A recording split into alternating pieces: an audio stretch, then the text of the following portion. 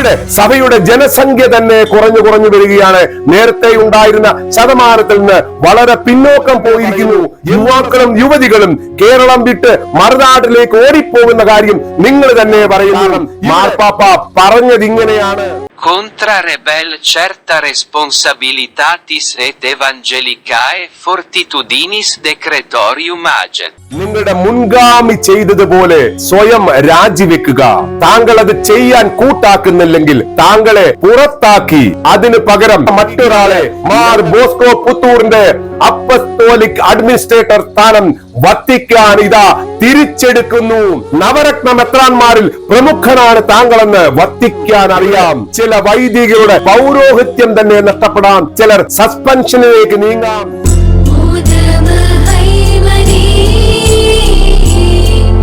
നമസ്കാരം, എല്ലാ മാന്യ പ്രേക്ഷകർക്കും വോയിസ് ഓഫ് ട്രൂത്തിന്റെ പ്രോഗ്രാമിലേക്ക് സ്വാഗതം. എറണാകുളം രൂപതയിൽ ഇനിയും എന്താണ് നടക്കുവാൻ പോകുന്നത്, അല്ലെങ്കിൽ സീറോ മലബാർ സഭയിൽ എന്താണ് ഇനിയും നടക്കുവാൻ പോകുന്നത് എന്നുള്ള ചോദ്യമാണ് ഇപ്പോൾ വിശ്വാസികളുടെ ഉള്ളിൽ ഉള്ളത്. കാരണം ഈ കഴിഞ്ഞ ദിവസം നമ്മൾ എല്ലാവരും കണ്ടതാണ് സീറോ മലബാർ സഭയുടെ പുതിയ major archbishop Mar Raphael Thattil പിതാവും അദ്ദേഹത്തിന്റെ പെർമനന്റ് സിനഡ് അംഗങ്ങളും ചേർന്ന് മാർപ്പാപ്പയെ കാണുകയും വളരെ നീണ്ട ചർച്ചകൾ നടത്തുകയും ചെയ്തു. ആദ്യം പൊതുവായിട്ട് വിശ്വാസികളോടൊപ്പം കണ്ടു. അവിടെയും മാർ റാഫേൽ തട്ടിലിനോട് രഹസ്യമായി സംസാരിക്കുന്ന മാർപ്പാപ്പയെ നമ്മൾ കണ്ടു കഴിഞ്ഞതാണ്. അതിനുശേഷം പ്രൈവറ്റ് ഓഡിയൻസ് എന്ന് വെച്ചാൽ മാർ റാഫേൽ തട്ടിൽ പിതാവിനും പെർമനന്റ് സിനഡ് അംഗങ്ങൾക്കും വേണ്ടി മാത്രമായി മാർപ്പാപ്പ ഒരു കൂടിക്കാഴ്ച അനുവദിച്ചിരുന്നു. ആ കൂടിക്കാഴ്ചയിൽ വളരെ വിശദമായിട്ട് സീറോ മലബാർ സഭയിലെ ഇന്നത്തെ പ്രശ്നങ്ങൾ ചർച്ച ചെയ്തു എന്നുള്ളതാണ് ഞങ്ങൾക്ക് കിട്ടുന്ന വിവരം. ഇവിടെ നമ്മൾ അറിയേണ്ട ചില വസ്തുതകളുണ്ട്. കാരണം മാർപ്പാപ്പയെ കാണുവാൻ വത്തിക്കാനിലേക്ക് പെർമനന്റ് സിനഡും മേജർ ആർച്ച് ബിഷപ്പും പോകുന്നതിന് മുമ്പ് തന്നെ കേരളത്തിൽ നിന്ന് മറ്റു ചില വിദ്വാൻമാർ മാർപ്പാപ്പയെ ചില കുറുക്കുവഴികൾ ഉപയോഗിച്ച് കാണുവാൻ ശ്രമിച്ച കാര്യം ഇന്ന് മലയാളികൾക്ക് മുഴുവൻ അറിയാം. കാരണം അത് നാട്ടിൽ പാട്ടായ കഥയാണ്. അത് മിസ്റ്റർ കുര്യൻ ജോസഫും മിസസ് ലിഡ ജേക്കബും മോനമ്മ ചേടത്തിയും തുടങ്ങിയ 3 അംഗ സംഘത്തെ KP ഫാബിയാനാണ് കുറുക്കു വഴികളിലൂടെ മാർപ്പാപ്പയുടെ മുൻപിലെത്തിച്ചത് എന്ന് നമ്മൾക്കറിയാം. അവിടെ മാർപ്പാപ്പ അവരെ പ്രൈവറ്റ് ഓഡിയൻസിന് വിളിച്ചത് ബ്ലെസ്സിങ് കൊടുക്കുവാൻ വേണ്ടി മാത്രമായിരുന്നു എന്നാണ് ഇപ്പോൾ കിട്ടുന്ന വിവരം. എന്നാൽ അവിടെ ചെന്ന ഇവർ കുരുട്ടുബുദ്ധി കാശാന്മാരായത് കാരണം ചെന്നൈയുടനെ ചില കാര്യങ്ങൾ പറഞ്ഞു. വോയിസ് ഓഫ് ട്രൂത്ത് നേരത്തെ അത് ബ്രേക്ക് ചെയ്തിരുന്നതാണ്. എന്നാൽ നമ്മൾക്ക് ഇപ്പോൾ കിട്ടുന്ന ഏറ്റവും പുതിയ വിവരം, പരിശുദ്ധ ബലിയർപ്പണത്തിന്റെ കാര്യം എടുത്തിട്ട ഉടനെ മാർപ്പാപ്പ പറഞ്ഞ കാര്യം നമ്മൾ കേട്ടതാണ്.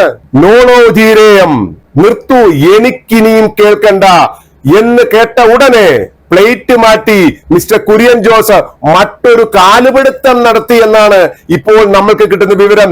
കാരണം കുര്യൻ ജോസഫിന്റെ ഏറ്റവും അടുത്ത ഒരു വിമത പ്രമുഖനുണ്ട്, ലോഹ പ്രമുഖനുണ്ട്. നമുക്കൊക്കെ അറിയാം അദ്ദേഹത്തിന്റെ വായിലേക്ക് കേക്കൊക്കെ തള്ളിക്കയറ്റി കൊടുക്കുന്ന ചിത്രങ്ങളൊക്കെ നമ്മൾ ഇതിനു മുമ്പും കണ്ടതാണ്.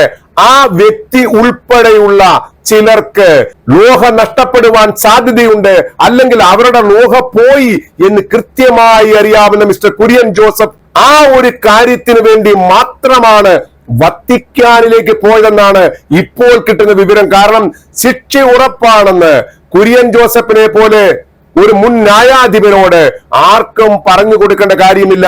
ഇപ്പോൾ അദ്ദേഹം എത്ര തറപരിപാടികൾ കാണിച്ചാലും കുറഞ്ഞ പക്ഷം ഒരു മുൻ ന്യായാധിപനാണ്, അതും ഇന്ത്യയുടെ പരമോന്നത കോടതിയുടെ ജസ്റ്റിസുമാരിൽ ഒരാളായിട്ടിരുന്ന വ്യക്തിയാണ്.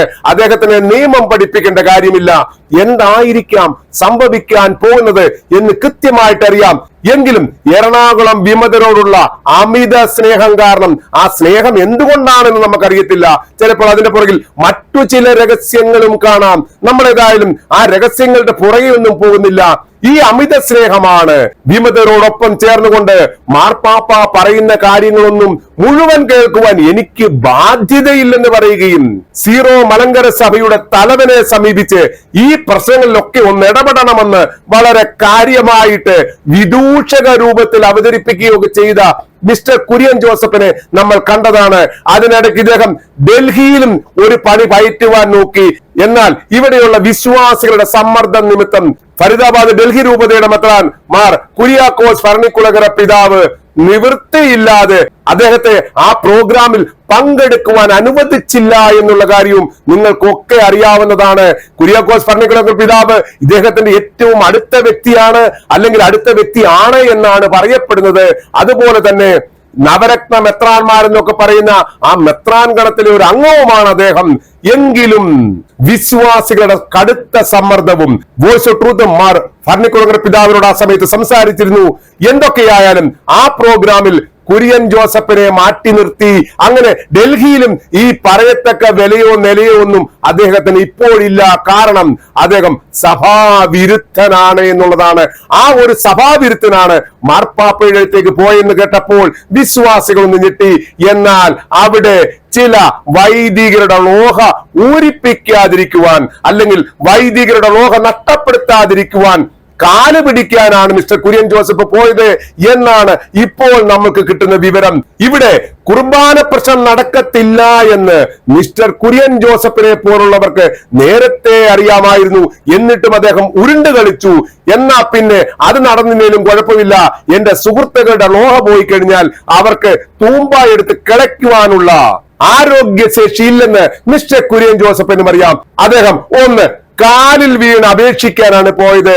മാർപ്പാപ്പയോട് പറഞ്ഞ് ഈ ലോഹ ഊരി വാങ്ങല്ലേ പാപ്പ എന്ന് പറയാൻ തുടങ്ങിയപ്പോൾ തന്നെ വീണ്ടും മാർപ്പാപ്പ പറഞ്ഞു, നോളൗദീരേയം, നിർത്തു, ഇതും എനിക്ക് കേൾക്കണ്ട. ഇതിനോടൊപ്പം തന്നെ അദ്ദേഹം ഒരു വാചകം കൂടി പറഞ്ഞു. നമുക്ക് കേൾക്കാം എന്താണ് മാർപ്പാപ്പ മിസ്റ്റർ കുര്യൻ ജോസഫിനോടും സംഘത്തോടും പറഞ്ഞത്. അവർ സാത്താൻ രൂപികളായ എറണാകുളം വിമത ലോഹത്തൊഴിലാളികളെ ന്യായീകരിക്കുവാനും അവരുടെ ശിക്ഷയിൽ ഇളവ് വാങ്ങിച്ചു കൊടുക്കുവാനും പറഞ്ഞപ്പോൾ മാർപ്പാപ്പ പറഞ്ഞ വാചകങ്ങളാണ് നിങ്ങൾ കേട്ടു നോക്കുക. ലത്തീനിൽ മാർപ്പാപ്പ ഇതായിരിക്കാം പറഞ്ഞത്. Tu et amici tui fideles ecclesiae Syro Malabarensis seducens et rebel nuntianut papae et sanctae sedi Ovidia. നമ്മൾ കേട്ടു. ഇതിന്റെ തർജിമ ദ്വിഭാഷി മിസ്റ്റർ കുര്യൻ ജോസഫിന് പരിഭാഷപ്പെടുത്തി കൊടുത്തത് ഇങ്ങനെയായിരിക്കാം: You and your friends stop misleading the faithful of the Syro Malabar Church and tell the rebels to obey the Pope and the Holy See.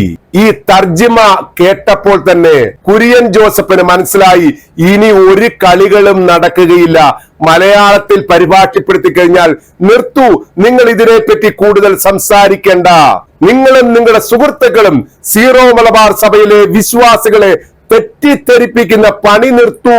ഒപ്പം തന്നെ നിങ്ങളുടെ സുഹൃത്തുക്കളായ വിമതരോട് പറയുക, മാർപ്പാപ്പയെയും വത്തിക്കാനെയും അനുസരിക്കുവാൻ. ഇതാണ് മിസ്റ്റർ കുര്യൻ ജോസഫിന് മാർപ്പാപ്പ നൽകിയ ഉപദേശം. ഇതിനെ വളച്ചൊടിച്ച് വളരെ വിപുലമായി എറണാകുളം വിമതർ സോഷ്യൽ മീഡിയ വഴിയും അവരുടെ മാമാ മീഡിയകൾ വഴിയും വളരെയധികം വാർത്തകൾ പുറത്തുവിട്ടത് നിങ്ങൾ കണ്ടതാണ്. മാർപ്പാപ്പ അനുഭാവപൂർവം കേട്ടു. മാർപ്പാപ്പ പറയുന്നു ചർച്ചകളാണ് ഉത്തമം. മാർപ്പാപ്പ പറയുന്നു തിരിഞ്ഞു നിൽക്കുന്നതിലല്ല കാര്യം, ഒരുമയിലാണ് കാര്യം. നിങ്ങളെ ഞങ്ങൾ കേട്ടു, നിങ്ങൾക്കെതിരെ ശിക്ഷാ നടപടികൾ ഉണ്ടാവുകയില്ല.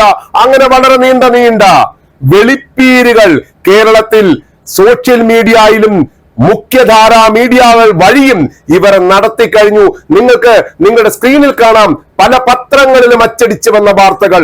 ഒരേ വിഷയത്തിൽ ഒരേ ചർച്ചകളിൽ പത്രങ്ങളിൽ അച്ചടിച്ചു വന്ന വാർത്തകൾ പല രീതിയിലാണ്. നിങ്ങളിപ്പോൾ ഈ കാണുന്ന വാർത്തകൾ തന്നെ. മേജർ ആർച്ച് ബിഷപ്പും പെർമനന്റ് സിനഡും മാർപ്പാപ്പയെ കണ്ടതിന് ശേഷം അവിടെ നടന്ന കാര്യങ്ങൾ ഏതൊക്കെ രീതിയിലാണ് കേരളത്തിലെ മാധ്യമങ്ങൾ വളച്ചൊടിച്ചത്, അല്ലെങ്കിൽ അവർ വിശദീകരിച്ചത് എന്ന് നമ്മൾക്ക് കാണാം. ഇവിടെ മാർപ്പാപ്പ സീറോ മലബാർ വിശ്വാസികളുടെ ഒരു സമൂഹത്തോടും പെർമനന്റ് സിനഡിലെ അംഗങ്ങളോടും മേജർ ആർച്ച് ബിഷപ്പിനോടും മറ്റ് പ്രത്യേക ക്ഷണിതാക്കളോടും പറഞ്ഞ കാര്യങ്ങൾ കൃത്യമായിട്ട് വത്തിക്കാൻ ബുള്ളറ്റിൽ അവർ ഇറക്കിയിട്ടുണ്ട്. നിങ്ങൾക്ക് കാണാം, നിൽക്കുന്ന സ്ക്രീനിലുണ്ട്. എന്നാൽ ഇതിന്റെ പരിഭാഷ എന്നോളം മലയാളത്തിൽ പല രീതിയിലാണ് ഇതിനെ വളച്ചൊടിച്ചിരിക്കുന്നത്. മാർപ്പാപ്പ പറഞ്ഞതും പറയാത്തതും കാര്യങ്ങൾ ചിലർ കുത്തിത്തിരുകി, ചില ഭാഗങ്ങൾ അതിൽ നിന്ന് ഡിലീറ്റ് ചെയ്ത് കളഞ്ഞു. എന്തൊക്കെയായാലും ഡോക്യുമെന്റ്സ് നമ്മുടെ മുൻപിലുണ്ട്. സത്യങ്ങൾ ഇന്ന് നമ്മൾക്കറിയാം. മാർപ്പാപ്പ എന്താണ് ഇവരോട് പറഞ്ഞത് എന്ന് ഇവിടെ ആ കൃത്യമായിട്ടുള്ള കാര്യങ്ങൾ പറയുന്നതിന് മുമ്പ് എന്ന് വെച്ചാൽ മാർ റാഫേൽ തട്ടിൽ പിതാവിനോട് മാർപ്പാപ്പ രഹസ്യത്തിൽ പറഞ്ഞൊരു കാര്യമുണ്ട്. നിങ്ങൾക്ക് സ്ക്രീനിൽ കാണാം. വളരെ കൃത്യമായിട്ട് മാർപ്പാപ്പ മാർ റാഫേൽ തട്ടിൽ പിതാവിന്റെ ചെവിക്കരികിലേക്ക് ചേർന്ന് നിന്നുകൊണ്ട് പറയുന്ന, അല്ലെങ്കിൽ മാർ റാഫേൽ തട്ടിൽ പിതാവ് വളരെ ശ്രദ്ധാപൂർവം മാർപ്പാപ്പയെ കേൾക്കുന്ന ഒരു ഭാഗമുണ്ട്. ഇവിടെ രണ്ടുപേരുടെയും മുഖലക്ഷണങ്ങൾ നിങ്ങൾ നോക്കുക. മാർപ്പാപ്പയുടെ മുഖത്ത് വളരെ കഠിനമായിട്ടുള്ള ദേഷ്യം നമുക്ക് കാണാം. പൊതുവെ മാർപ്പാപ്പ എല്ലാ സ്ഥലങ്ങളിലും ചിരിച്ചുകൊണ്ട് സംസാരിക്കുന്നതാണ്. ഇവിടെ ആ ഒരു ചിരി നമ്മൾക്ക് ഈ ചിത്രത്തിൽ കാണുവാൻ സാധിക്കുന്നില്ല. അതോടൊപ്പം തന്നെ മാർ റാഫേൽ തട്ടിൽ പിതാവിന്റെ മുഖം ശ്രദ്ധിക്കൂ. അവിടെ ഒരു ഭയപ്പാടിന്റെ നിഴല് നിങ്ങൾക്ക് കാണാം. എന്തായിരിക്കാം മാർപ്പാപ്പ മാർ റാഫേൽ തട്ടിൽ പിതാവിനോട് സ്വകാര്യമായി പറഞ്ഞത്? ഏതായാലും അത് പറയുന്നതിന് മുമ്പ് ഇവിടെ മാർപ്പാപ്പയുമായിട്ടുള്ള സന്ദർശനത്തിന് ശേഷം പലരും പരമത്രാന്മാരും അതിനെ വെള്ളപൂശാൻ ശ്രമിക്കുന്നത് കണ്ടു. അല്ലെങ്കിൽ ആ വിഷയങ്ങളിൽ നിന്ന് തന്നെ ഓടി ഒളിക്കുവാൻ ശ്രമിക്കുന്നത് നമ്മൾ കണ്ടു. അതിൽ ചില ഉദാഹരണങ്ങളാണ് തൃശൂർ രൂപതയുടെ മെത്രാപ്പോലീത്ത ആർച്ച് ബിഷപ്പ് മാർ ആൻഡ്രൂസ് താഴ്ത്ത് പിതാവിന്റെ ഒരു വീഡിയോ നമുക്കൊന്ന് കേട്ടു നോക്കാം. എന്താണ് അദ്ദേഹം പറഞ്ഞതെന്ന്. പ്രിയപ്പെട്ടവരെ, നമ്മുടെ പുതിയ major arch bishop Raphael Thattil പിതാവിനോട് കൂടെ സീറോ മലബാർ സഭയുടെ പെർമനന്റ് സിനഡ് അംഗങ്ങളും പുതിയ മെത്രാനും സ്റ്റീഫൻ പിതാവും കൂടി ഇന്ന് രാവിലെ മാർപ്പാപ്പയെ കണ്ടു. വളരെ സ്നേഹത്തോടെ മാർപ്പാപ്പ ഞങ്ങളെ സ്വീകരിച്ചു. തട്ടിൽ പിതാവ് സഭയ്ക്ക് വേണ്ടി ഔദ്യോഗികമായി തന്റെ ഒരു പ്രസന്റേഷൻ മാർപ്പാപ്പയോട് പറഞ്ഞു. അതിന്റെ മറുപടി ഏകദേശം 150ഓളം വരുന്ന സീറോ മലബാർ ഡെലിഗേറ്റ്സിന്റെ ആ സമൂഹത്തിൽ വെച്ചാണ് മറുപടി പറഞ്ഞത്. പക്ഷെ ഞങ്ങളെ തനിച്ച് കണ്ടപ്പോൾ മാർപ്പാപ്പ വളരെ ഫ്രണ്ട്ലി ആയിരുന്നു. വളരെ പേഴ്സണൽ ആയിട്ട് തന്നെ മാർപ്പാപ്പയുടെ ബോധ്യങ്ങൾ സംസാരിച്ചു. നമ്മുടെ സീറോ മലബാർ സഭയുടെ അപ്പസ്തോലിക പാരമ്പര്യവും പൈതൃകവും നമ്മുടെ കൂട്ടായ്മയും മിഷണറി പ്രേക്ഷിതത്വവും പിന്നെ വിശ്വാസവും ഒക്കെ വളരെ ഭംഗിയായി പറഞ്ഞു.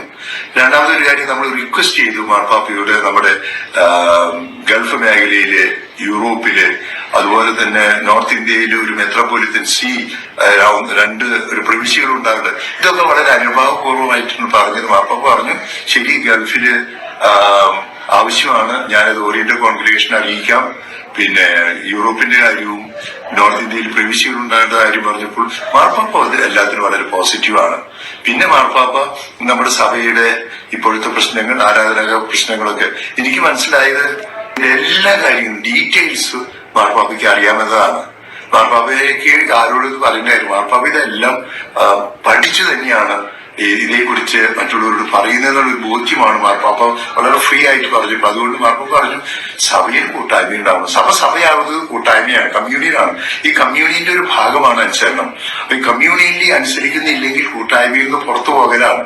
അപ്പൊ അങ്ങനെയുള്ള ആശയത്തിൽ മാർപ്പാപ്പ വളരെ വ്യക്തമായി നമ്മുടെ സഭയിൽ ഇപ്പോ പലതരത്തിലുള്ള അഭിപ്രായങ്ങളും പ്രതിസന്ധികളും എല്ലാവരും ഒറ്റക്കെട്ടായി അനുസരിച്ച് സീറോ മലബാർ സിനഡിനോട് മാർപ്പാപ്പയോട് ചേർന്ന് ഒറ്റക്കെട്ടായി നിൽക്കണമെന്നുള്ള ആഹ്വാനം ശക്തമായ രീതിയിൽ തന്നെ മാർപ്പാപ്പ പറഞ്ഞു. നമ്മൾ കേട്ടു മാർ ആൻഡ്രൂസ് താഴത്ത് എന്താണ് പറഞ്ഞത്. ഈ സന്ദർശനത്തെ പറ്റി അദ്ദേഹം പറഞ്ഞ ആ പൊടിപ്പും തൊങ്ങലും വെച്ച് അവിടെയും ഇവിടെയും തൊടാതെ പറഞ്ഞ കാര്യങ്ങൾ നിങ്ങൾ കേട്ട് കഴിഞ്ഞു. ഇനി ഒരു പ്രധാന വ്യക്തിയുടെ സന്ദേശം കൂടി കേട്ടതിന് ശേഷം നമുക്ക് തിരിച്ചു വരാം. ഇത് പറയുന്നത് മാർ റാഫേൽ തട്ടിൽ പിതാവാണ്. എന്താണ് അദ്ദേഹം പറഞ്ഞത് എന്ന് കേൾക്കാം. പരിശുദ്ധ പിതാവ് ഫ്രാൻസിസ് മാർപ്പാപ്പയെ മെയ് മാസം 13-ാം തീയതി ഫാത്തിമ ദിനത്തിലെ കാലത്ത് 8 മണിക്ക് ഞാൻ നേരിൽ കണ്ടു. എന്റെ കൂട്ടത്തിലെ നമ്മുടെ പെർമനന്റ് സിനഡിലെ എല്ലാ മെത്രാന്മാരും ഉണ്ടായിരുന്നു. കൂടാതെ ഞങ്ങളോടുള്ള വ്യക്തിപരമായ സംഭാഷണത്തിന് ശേഷം പരിശുദ്ധ പിതാവ് 150ഓളം വരുന്ന സീറോ മലബാർ സഭയുടെ ഇറ്റലിയിലും യൂറോപ്പിലുള്ള ഡെലിഗേറ്റ്സിനെയും സ്വീകരിക്കുകയുണ്ടായി. പരിശുദ്ധ പിതാവ് ഞങ്ങളോട് പറഞ്ഞ കാര്യങ്ങളെ 3 ഭാഗമായിട്ട് ഞാൻ തിരിക്കുകയാണ്. ഒന്ന്, നമ്മുടെ സഭയുടെ അപ്പസ്തോലിക പൈതൃകത്തിലെ പിതാവിനുള്ള ആ അഭിമാനവും ആനന്ദവും. പരിശുദ്ധ പിതാവ് പറഞ്ഞ രണ്ടാമത്തെ കാര്യം, നിങ്ങളുടെ സഭയുടെ ഏറ്റവും വലിയൊരു പ്രത്യേകത നിങ്ങൾ മൈഗ്രൻസ് ആണ്. നിങ്ങളുടെ ആളുകളുടെ ഒരു വലിയ പ്രത്യേകത നാടുകൾ തോറും നിങ്ങൾ കുടിയേറുന്നവരാണ്. നിങ്ങളുടെ സഭയുടെ വളർച്ച തന്നെ ഈ കുടിയേറ്റം കൊണ്ടാണ്. ഇന്ന് നിങ്ങൾ ഗൾഫില് വലിയൊരു നമ്പറുണ്ട്. അതുപോലെ തന്നെ കാനഡ, ബ്രിട്ടൻ, ഓസ്ട്രേലിയ, ആഫ്രിക്ക തുടങ്ങിയ സ്ഥലങ്ങളിലൊക്കെ നിങ്ങൾ കയറിയിട്ടു. നിങ്ങൾ കയറിയ എല്ലാ സ്ഥലങ്ങളിലും നിങ്ങൾക്ക് അജപാലന ശുശ്രൂഷയ്ക്ക് വേണ്ടിയുള്ള സംവിധാനങ്ങൾ ഏർപ്പെടുത്തുന്നതിലെ പരിശുദ്ധ സിംഹാസനം എന്നും രക്തശ്രദ്ധമായിരുന്നു. ഗൾഫിലെ സാഹചര്യത്തിലും നിങ്ങൾക്ക് നല്ലപോലെ ആളുകളുണ്ട്, എനിക്കറിയാം. അവിടുത്തെ കാര്യത്തിലും നിങ്ങൾക്ക് അനുകൂലമായിട്ടുള്ള ഒരു സംവിധാനം ഉണ്ടാകാൻ ഞാൻ ആഗ്രഹിക്കുന്നുണ്ട്. അതുകൊണ്ട് നിങ്ങളുടെ ആളുകൾ കുടിയേറിയവരോടൊക്കെ നിങ്ങൾ പറഞ്ഞ് മനസ്സിലാക്കേണ്ടത് അവരുടെ ദൗത്യം, അവരുടെ സഭയുടെ പൈതൃകങ്ങളും പാരമ്പര്യങ്ങളും തലമുറകൾക്ക് കൈമാറാൻ കഴിയണം. അതിന് പറ്റുന്ന സംവിധാനങ്ങൾ നിങ്ങൾക്ക് ഉണ്ടാകണം. നിങ്ങൾ ഐക്യത്തിൽ വളരണം. ഒരുപക്ഷെ നമ്മുടെ ആരാധനക്രമ സംബന്ധമായിട്ടുള്ള ചില പരിതോവസ്ഥകള്, സാഹചര്യങ്ങളൊക്കെ മാർപ്പാപ്പയുടെ മനസ്സിലുണ്ടെന്ന് എനിക്ക് മനസ്സിലായി. നിങ്ങൾ ഐക്യത്തിൽ ഒരു കുടുംബമായിട്ട് ഒറ്റക്കെട്ടായിട്ട് നിലകൊള്ളണമെന്നുള്ളതാണ് എന്റെ ആഗ്രഹം. നിങ്ങളുടെ സിനഡിന്റെ തീരുമാനവും നിങ്ങളുടെ കൂട്ടായ ചർച്ചകളുടെ കൂട്ടുത്തരവാദിത്വം എല്ലാവരും പാലിക്കാനായിട്ട് ഞാൻ നിങ്ങളോട് പ്രത്യേകം ആഹ്വാനം ചെയ്യുന്നു. നമ്മുടെ സഭയ്ക്ക് വേണ്ടി നിങ്ങൾ പ്രാർത്ഥിക്കണം. പരിശുദ്ധ പിതാവ് എനിക്ക് നൽകിയ ആശീർവാദം നിങ്ങളോടൊക്കെ ഞാനും പങ്കുവയ്ക്കുകയാണ്. പരിശുദ്ധ പിതാവിന്റെയും പരിശുദ്ധ സഭയുടെയും നിയോഗങ്ങൾക്ക് വേണ്ടി നിങ്ങൾ പ്രാർത്ഥിക്കണം. നമ്മൾ മേജർ ആർച്ച് ബിഷപ്പിന്റെ വാക്കുകളും കേട്ടു. ശരിക്കും എന്താണ് ഇവിടെ നടക്കുന്നത്? ശരിക്കും മാർപ്പാപ്പ പറഞ്ഞത് എന്താണ്? ഇവർ പറയുന്നത് എന്താണ്? ഇവർ പറയുന്നത് നമുക്ക് ഗൾഫ് നാടുകളിലും യൂറോപ്പിലുമൊക്കെ സുവിശേഷ പ്രഘോഷണത്തിന്, അല്ലെങ്കിൽ സഭകൾ സ്ഥാപിക്കുവാൻ, അല്ലെങ്കിൽ അവിടെ രൂപതകൾ സ്ഥാപിക്കുവാൻ, അവിടെ ജോലി ചെയ്യുവാനൊക്കെ മാർപ്പാപ്പ അനുവാദം തന്നു, അല്ലെങ്കിൽ അനുവാദം തരും. ആ മാർപ്പാപ്പ അത് തത്വത്തിൽ അംഗീകരിച്ചു എന്നൊക്കെയുള്ള കാര്യങ്ങൾ ചെണ്ട കൊട്ടി പ്രഘോഷിക്കുകയാണ്.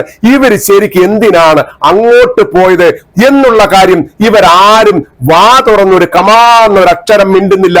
ഇവിടെയാണ് ഞങ്ങൾക്ക് നിങ്ങളുടെ മുമ്പിൽ ഞെട്ടിക്കുന്ന വാർത്ത എത്തിക്കുവാനുള്ളത്. അതിനു മുമ്പ് ഇവർ ഇങ്ങനെ വെള്ളപൂശുമ്പോൾ അതോടൊപ്പം തന്നെ സീറോ മലബാർ സഭയുടെ മീഡിയ കമ്മീഷൻ പുറത്തുവിട്ട ലെറ്ററുകളും നിങ്ങൾക്ക് കാണാം, നിങ്ങളുടെ മുൻപിലുണ്ട്. അവിടെയും ഇവിടെയും തൊടാത്ത തരത്തിലുള്ള എഴുത്തുകളാണ്, അല്ലെങ്കിൽ അത്തരത്തിലുള്ള പരിഭാഷയാണ് നിങ്ങൾക്ക് കാണുവാൻ സാധിക്കുന്നത്. ശരിക്ക് മാർപ്പാപ്പ എന്താണ് പറഞ്ഞത് അതിനെ കൃത്യമായിട്ട് മലയാളത്തിലേക്ക് വിവർത്തനം ചെയ്യുവാൻ പോലും ഇവർ തയ്യാറല്ല. കാര്യം അങ്ങനെ മുഴുവൻ കാര്യങ്ങളും പറഞ്ഞു കഴിഞ്ഞാൽ അത് സഭാ നേതൃത്വത്തിനേറ്റ ഏറ്റവും വലിയ അടിയാണ്. ഇവരിവിടെ സീറോ മലബാർ സഭയെ നന്നാക്കാൻ പോയതോ അതോ മറ്റുള്ള ബിസിനസ്സുകൾ ചെയ്യുവാൻ പോയതോ? ഇത് ചോദിക്കുവാൻ കാരണം സീറോ മലബാർ സഭ എന്ന പൗരസ്ത്യ സഭ മലയാളികളുടെ സഭയാണ്, കേരളത്തിലുള്ളവരുടെ സഭയാണ്, ഇന്ത്യക്കാരുടെ സഭയാണ്. പ്രത്യേകിച്ച് അതിന്റെ ഊടും പാവും അതിന്റെ വേരുമൊക്കെ കേരളത്തിലാണ്, അല്ലെങ്കിൽ മറ്റൊരു രീതിയിൽ പറഞ്ഞാൽ മലയാളികളിലാണ്. ഈ ഒരു സത്യമാണ് സീറോ മലബാർ സഭയുടെ മെത്രാന്മാർ മറക്കുന്നത്. അവർ കേരളത്തിലേക്ക് പുറത്തു പോയി കഴിയുമ്പോൾ അവിടെയുള്ള ഭാഷകളിലേക്ക് ആരാധനാ ക്രമങ്ങളെ തന്നെ വിവർത്തനം ചെയ്ത് നശിപ്പിച്ച് നാമാവശേഷമാക്കുന്ന ഒരു പ്രവണത നിങ്ങൾക്ക് കാണാം. നിങ്ങൾ കേരളത്തിന് പുറത്ത് താമസിക്കുന്ന വ്യക്തികളാണെങ്കിൽ നിങ്ങൾക്ക് അവിടെ അത് കാണുവാൻ സാധിക്കും. മതബോധനങ്ങൾ പോലും ആ രീതിയിലേക്ക് മാറ്റിമറിക്കുക. അവര് പറയുന്നത് സുവിശേഷ പ്രഘോഷണം നടത്തുകയാണെന്ന. ഇവിടെയാണ് മാർപ്പാപ്പയുടെ വാക്കുകൾ നമ്മൾ കേൾക്കേണ്ടത്. നിങ്ങൾ നിങ്ങളുടെ പാരമ്പര്യത്തിൽ അഭിമാനിക്കുക. നിങ്ങളുടെ പാരമ്പര്യം അത് മഹത്തരമാണ്. ഈ ഒരു പാരമ്പര്യത്തെ മറ്റ് സഭകളും നോക്കിക്കാണുന്നു. നമുക്ക് അഭിമാനിക്കാൻ പറ്റുന്നതാണ് പൗരസ്ത്യ സഭകളുടെ, അല്ലെങ്കിൽ സീറോ മലബാർ സഭയുടെ പാരമ്പര്യവും ആരാധനാക്രമവും. നിങ്ങളത് പിന്തുടരണം, നിങ്ങളത് മുറുകെ പിടിക്കണം, നിങ്ങളതിൽ ഉറച്ചു നിൽക്കണമെന്നൊക്കെ ഇപ്പോഴും പെർമനന്റ് സിനഡിനോടും മേജർ ആർച്ച് ബിഷപ്പിനോടും അവരോടൊപ്പം മാർപ്പാപ്പയെ കണ്ട സീറോ മലബാർ സഭയുടെ ഡെലിഗേറ്റ്സിനോടും മാർപ്പാപ്പ പറഞ്ഞ കാര്യം ഇവരാരും വിളിച്ചു പറയുന്നില്ല. കാരണം ഇവർക്ക് വേണ്ടത് ഗൾഫ് മേഖലകളിലും യൂറോപ്പിലുമുള്ള കടന്നുകയറ്റമാണോ എന്ന് ചിന്തിക്കേണ്ടി വരും. കേരളത്തിലുള്ള വിശ്വാസികളെ നേരാമണ്ണം വിശ്വാസത്തിലേക്ക് നയിക്കാതെ നിങ്ങൾ മറ്റുള്ള രാജ്യങ്ങളിലേക്ക് ചേക്കേറുമ്പോൾ, നിങ്ങൾ നിങ്ങളുടെ സാമ്രാജ്യം വിപുലീകരിക്കുമ്പോൾ ശരിക്കും നിങ്ങൾ സഭയ്ക്ക് എതിരായിട്ടല്ലേ മെത്രാന്മാരെ പ്രവർത്തിക്കുന്നത് എന്ന് നിങ്ങൾ ഒരു നിമിഷമെങ്കിലും ചിന്തിച്ചു നോക്കണം. കാരണം നിങ്ങൾ കേരളത്തിലുള്ള സഭയെ ശക്തിപ്പെടുത്തേണ്ട കടമ നിങ്ങൾക്കുണ്ട്. ഇവിടെ സഭയുടെ ജനസംഖ്യ തന്നെ കുറഞ്ഞു വരികയാണ്. നേരത്തെ ഉണ്ടായിരുന്ന ശതമാനത്തിൽ നിന്ന് വളരെ പിന്നോക്കം പോയിരിക്കുന്നു എന്നുള്ള സത്യം നിങ്ങൾ തന്നെ പറയുന്നു. ഇവിടെ യുവാക്കന്മാർക്ക് വരുന്ന അപച്യുതി നിങ്ങൾ തന്നെ പറയുന്നു. യുവാക്കളും യുവതികളും കേരളം വിട്ട് മറുനാട്ടിലേക്ക് ഓടിപ്പോകുന്ന കാര്യം നിങ്ങൾ തന്നെ പറയുന്നു. ഇവിടെ ക്രിസ്ത്യൻ യുവതികളെ പ്രേമത്തിൽ കുടുക്കി മതപരിവർത്തനം ചെയ്യുന്ന കാര്യങ്ങളൊക്കെ നിങ്ങൾ തന്നെ പറയുന്നു. അവിടെയൊന്നും പ്രവർത്തിക്കാൻ സാധിക്കാതെ അതിലുപരി സഭയെ പറ്റിയുള്ള കൃത്യമായിട്ട് ബോധ്യമില്ലാത്ത ഒരു യുവതലമുറയാണ് വളർന്നു വരുന്നത്. അവർക്ക് സഭയെ പറ്റി ബോധ്യം കൊടുക്കേണ്ട നിങ്ങൾ അതൊന്നും കൊടുക്കാതെ മറ്റ് രാജ്യങ്ങളിലേക്ക് കുതിക്കുവാൻ നോക്കുമ്പോൾ സ്വന്തം വീട് നന്നാക്കാതെ മറ്റുള്ളവരുടെ വീട് നന്നാക്കുന്ന ഈ ഒരു തരം നമുക്ക് നല്ലതാണോ എന്ന് മാർപ്പാപ്പ തന്നെ നിങ്ങളോട് ചോദിച്ചില്ലേ? മാർപ്പാപ്പ തന്നെ നിങ്ങളോട് പറഞ്ഞതെന്താ? നിങ്ങളുടെ പാരമ്പര്യം വളരെ ബൃഹത്താണ്, വളരെ നല്ലതാണ്, നിങ്ങൾ അതിൽ ഉറച്ചു നിൽക്കുവിൻ, അതിൽ വെള്ളം ചേർക്കാതിരിക്കുവിൻ. നിങ്ങൾ നിങ്ങളുടെ സഭയെ ശക്തിപ്പെടുത്തുവാനാണ് പറഞ്ഞത്.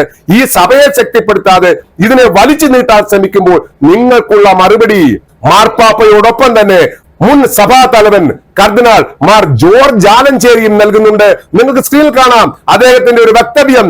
കഴിഞ്ഞ ദിവസങ്ങളിൽ സോഷ്യൽ മീഡിയയിൽ പ്രചാരത്തിലാണ്. അദ്ദേഹത്തിന് ഇന്റർവ്യൂവും പലരും കണ്ടു കാണും. അതിൽ അദ്ദേഹം എന്താണ് പറയുന്നത്?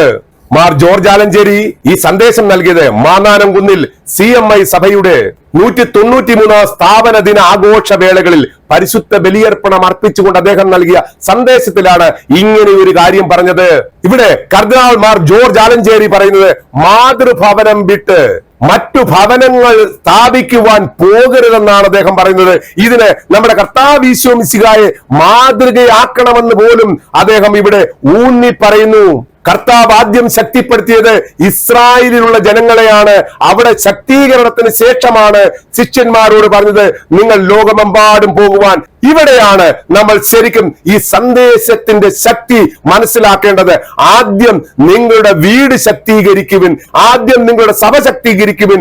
നിങ്ങളുടെ സഭയിലെ ഒരു രൂപതയിൽ ഇപ്പോഴും സഭയെ അനുസരിക്കാത്തവർ, സഭയുടെ അടിസ്ഥാനമായ ബലിയർപ്പണത്തെ പോലും പുച്ഛിച്ച് തള്ളുന്നവർ, ബലിയർപ്പണം എന്താണെന്ന് പോലും അറിയാത്ത വൈദികർ, ബലിയർപ്പണ വേദിയായ അൾത്താരയിൽ നിന്ന് കവലപ്രസംഗം നടത്തുന്നവർ, ജനങ്ങളെ ഭീഷണിപ്പെടുത്തുന്നവർ, അവർക്ക് മനസ്സിൽ തോന്നിയതൊക്കെ വിളിച്ചു പറയാൻ അൾത്താര ഉപയോഗിക്കുന്ന ബുദ്ധിശൂന്യരായ വൈദിക വൃത്തിക്ക് പോലും യോഗ്യതയില്ലാത്ത വൈദിക തൊഴിലാളികൾ, ഇവരെയൊക്കെ നന്നാക്കുന്നതിന് പകരം ഇവരെയൊക്കെ ഇവിടെ ഉപേക്ഷിച്ചുകൊണ്ട് നിങ്ങൾ നാടുകൾ ചേക്കാറാൻ തുടങ്ങുമ്പോൾ ഇവിടെയാണ് മാർ ജോർജ് ആലഞ്ചേരിയുടെയും ഫ്രാൻസിസ് മാർപ്പാപ്പയുടെയും ഒക്കെ വാക്കുകൾക്ക് പ്രസക്തിയേറുന്നത്. സ്വന്തം മാതൃഭവനം കൈവിട്ട് മറ്റു ഭവനങ്ങളെ തേടി പോകാതിരിക്കുവാൻ ആദ്യം മാതൃഭവനം ശക്തിപ്പെടുത്തുക, അതിനുശേഷം മറ്റു ഭവനങ്ങളിലേക്ക്, മറ്റു രാജ്യങ്ങളിലേക്ക് ചേക്കേറുക എന്നുള്ള ഈ സന്ദേശം സഭാപിതാക്കന്മാരുടെ കണ്ണുകൾ തുറപ്പിക്കട്ടെ എന്നും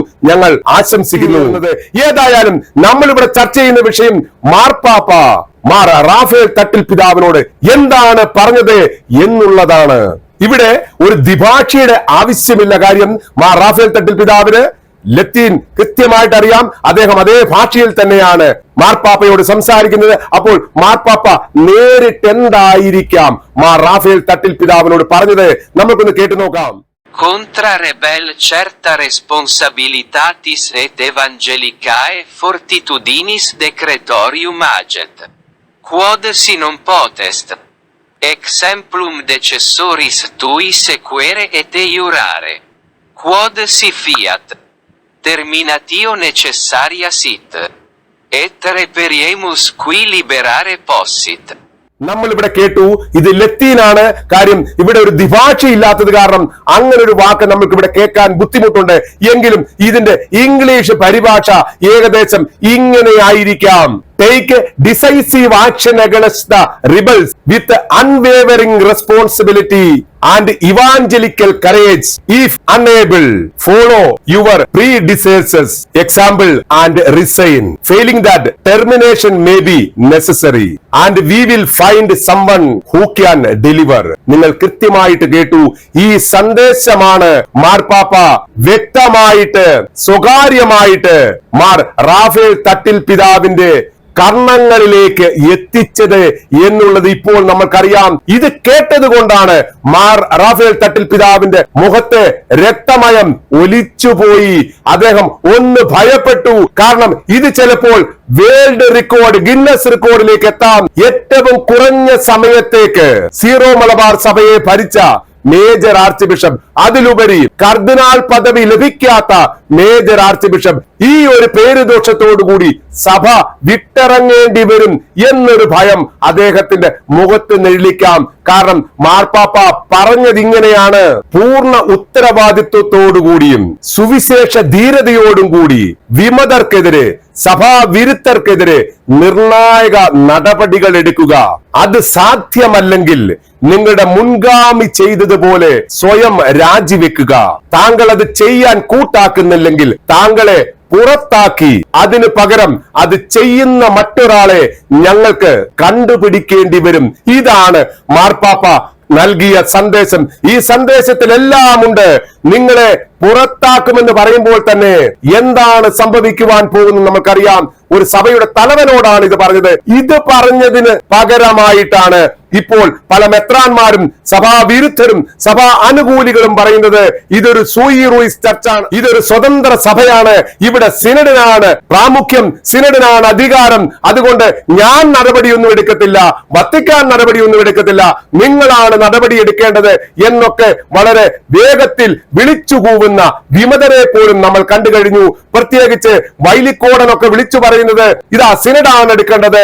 എറണാകുളത്തെ പ്രമുഖ വിമതരൊക്കെ വിളിച്ചു പറയുന്നത് മാർപ്പാപ്പ ഞങ്ങൾക്കെതിരെ നടപടികൾ ഒന്നും എടുക്കത്തില്ല, അദ്ദേഹത്തിന് അത് സാധിക്കത്തില്ല, സിനഡാണ് നടപടി എടുക്കേണ്ടത്. സിനഡ് എങ്ങനെ നടപടിയെടുക്കും?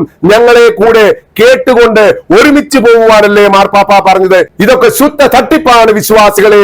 കാരണം മാർപ്പാപ്പ പറഞ്ഞതിന്റെ അർത്ഥം ഇവർക്ക് മനസ്സിലായില്ല.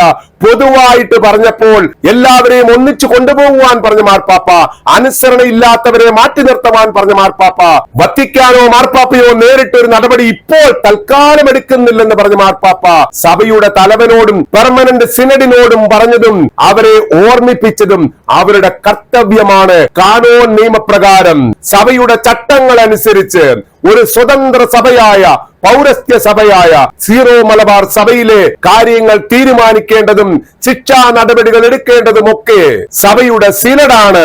ആ സിനഡിനെ അവരുടെ കർത്തവ്യങ്ങൾ മാർപ്പാപ്പ ഓർമ്മിപ്പിക്കുകയാണ് ചെയ്തത്. അതോടൊപ്പം തന്നെ അവർക്കൊരു മുന്നറിയിപ്പും നൽകി. എന്താണത്? നിങ്ങൾ നിങ്ങളുടെ കർത്തവ്യങ്ങൾ പാലിച്ചില്ല എങ്കിൽ അത് ഞങ്ങൾ ടേക്ക് ഓവർ ചെയ്യും. അതിനുള്ള അധികാരം കത്തോലിക്ക സഭയ്ക്കുണ്ട്, വത്തിക്കാനുണ്ട്, പൗരസ്ത്യ തിരുസംഘത്തിനുണ്ട്, മാർപ്പാപ്പയ്ക്കുണ്ട്.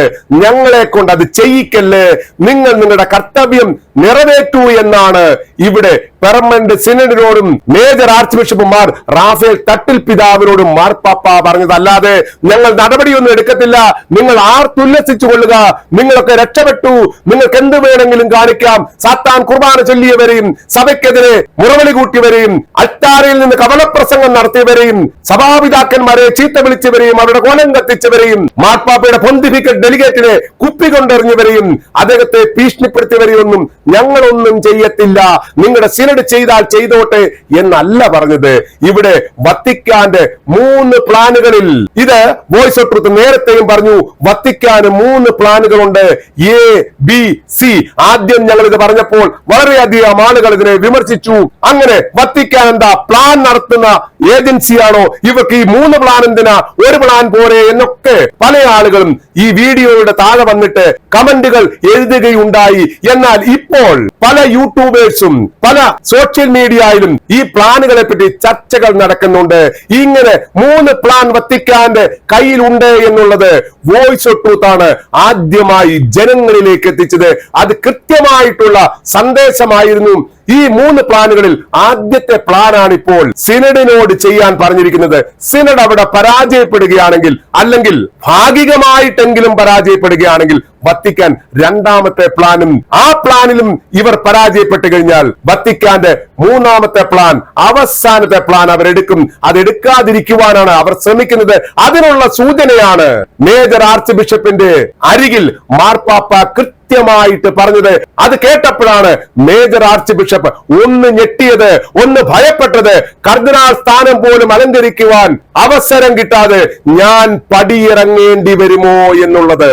അതിനൊന്നും അവസരം കൊടുക്കാതെ മാർ റാഫേൽ തട്ടിൽ പിതാവിനോട് പറയാനുള്ളത്, പിതാവേ ഇനിയെങ്കിലും ഒന്നുണരൂ. താങ്കൾ മേജർ ആർച്ച് ബിഷപ്പാണ്, സീറോ മലബാർ സഭയുടെ തലവനാണ്. ആ തലവന്റെ സ്ഥാനത്തിന് അനുസരിച്ചുള്ള അധികാരം ഉപയോഗിച്ചുകൊണ്ട് സഭയ്ക്കെതിരെ നിൽക്കുന്ന, സഭാവിരുദ്ധരായിട്ടുള്ള, വത്തിക്കാനെതിരെ നിൽക്കുന്ന, മാർപ്പാപ്പയെ തള്ളിപ്പറഞ്ഞ മേജർ ആർച്ച് ബിഷപ്പിനെയും സിനഡിനെയും തള്ളിപ്പറയുന്ന, സഭയോടൊപ്പം നിൽക്കുന്ന വൈദികരെ ഭീഷണിപ്പെടുത്തുന്ന സഭാവിരുദ്ധർക്കെതിരെ കർശന നടപടികൾ സ്വീകരിക്കൂ.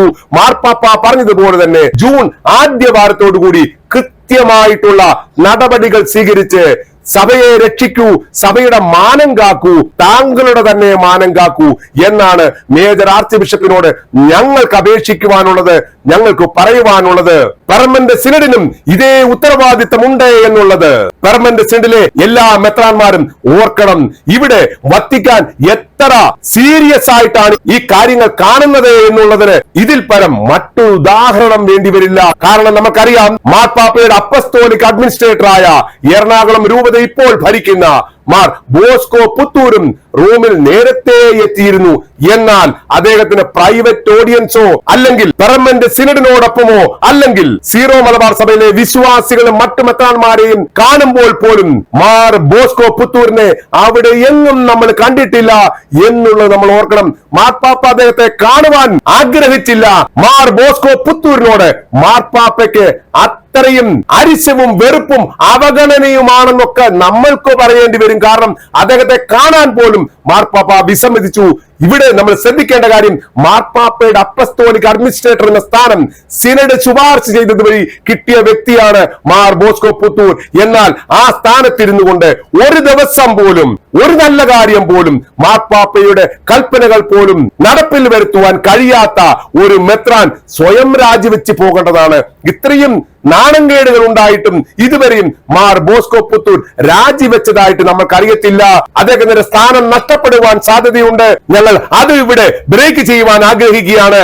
മാർ ബോസ്കോ പുത്തൂറിന്റെ അപ്പസ്തോലിക് അഡ്മിനിസ്ട്രേറ്റർ സ്ഥാനം വത്തിക്കാൻ ഇതാ തിരിച്ചെടുക്കുന്നു എന്നുള്ള തരത്തിലുള്ള സൂചനകളാണ് ഇപ്പോൾ നമുക്ക് കിട്ടിക്കൊണ്ടിരിക്കുന്നത്.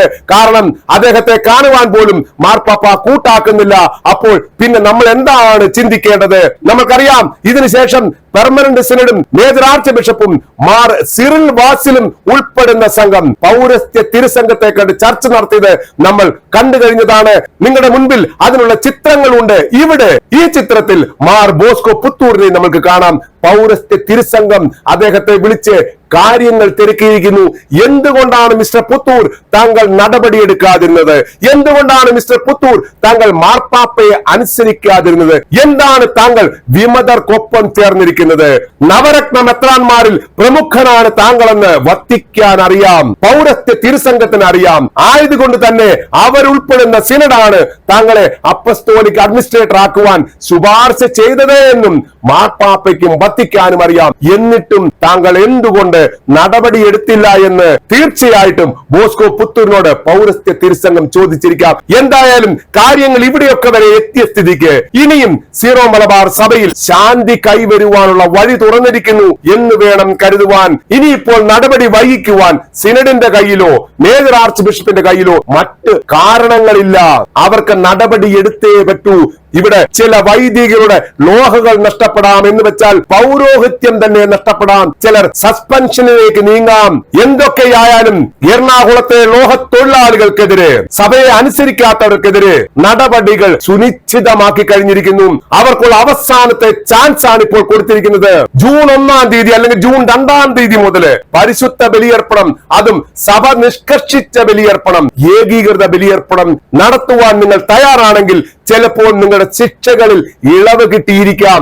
ഇത് എറണാകുളത്തെ വിമത ലോഹ തൊഴിലാളികൾക്കുള്ള ഒരു മുന്നറിയിപ്പോ അല്ലെങ്കിൽ അവർക്കുള്ള ഉപദേശവുമായിട്ട് കാണാം. നിങ്ങൾക്ക് ഇനിയും സഭയിൽ നിൽക്കണമെന്ന് ആഗ്രഹമുണ്ടെങ്കിൽ, നിങ്ങളുടെ ലോഹകൾ നഷ്ടപ്പെടാതിരിക്കുവാൻ നിങ്ങൾ ആഗ്രഹിക്കുന്നുവെങ്കിൽ ജൂൺ 2-ാം തീയതിക്ക് മുൻപ് തന്നെ നിങ്ങൾ പരിശുദ്ധ ബലിയർപ്പണം, സഭയുടെ ഏകീകൃത ബലിയർപ്പണം നടത്തി തിരിച്ചു വരികയാണെങ്കിൽ നിങ്ങളുടെ ശിക്ഷകളിൽ ഇളവ് കിട്ടും.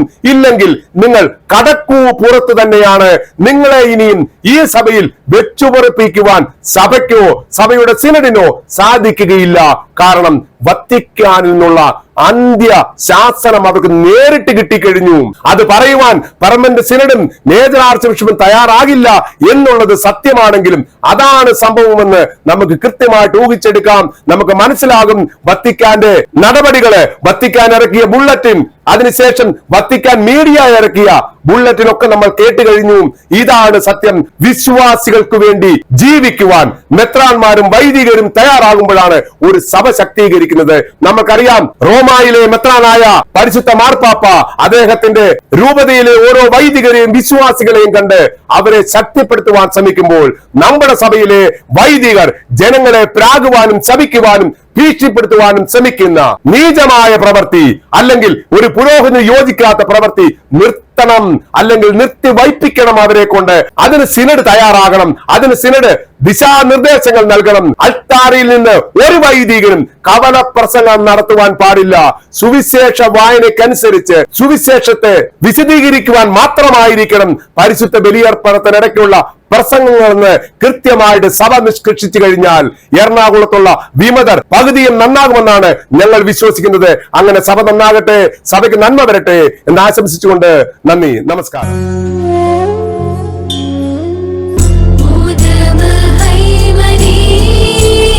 നിങ്ങൾ ഇതുവരെ കണ്ടുകൊണ്ടിരുന്നത് വോയിസ് ഓഫ് ട്രൂത്ത്, സത്യത്തിന്റെ സ്വരം. ഈ ചാനൽ ഇതുവരെയും സബ്സ്ക്രൈബ് ചെയ്യാത്ത എല്ലാവരും ചാനൽ സബ്സ്ക്രൈബ് ചെയ്യുക, ലൈക്ക് ചെയ്യുക, ഷെയർ ചെയ്യുക. ഇത്രയും പ്രാധാന്യം നിറഞ്ഞ മറ്റൊരു വാർത്തയുമായി ഉടൻ തന്നെ ഞങ്ങൾ നിങ്ങളുടെ മുൻപിലേക്ക് വരും. എറണാകുളത്തുള്ള വൈദിക സമിതിയിലെ വൈദികർ നമ്മളോട് പങ്കുവച്ച ആശയങ്ങൾ, പ്രത്യേകിച്ച് ഫാദർ ജോർജ് നെല്ലിശ്ശേരിയെ പോലെയുള്ള വൈദികർ നമ്മളോട് പങ്കുവച്ച ആശങ്കകൾ, ആശയങ്ങൾ എന്താണെന്ന് നിങ്ങളുടെ മുമ്പിൽ എത്തിക്കുവാൻ അടുത്ത ഒരു പ്രോഗ്രാമുമായി വരുന്നതുവരെ നന്ദി, നമസ്കാരം.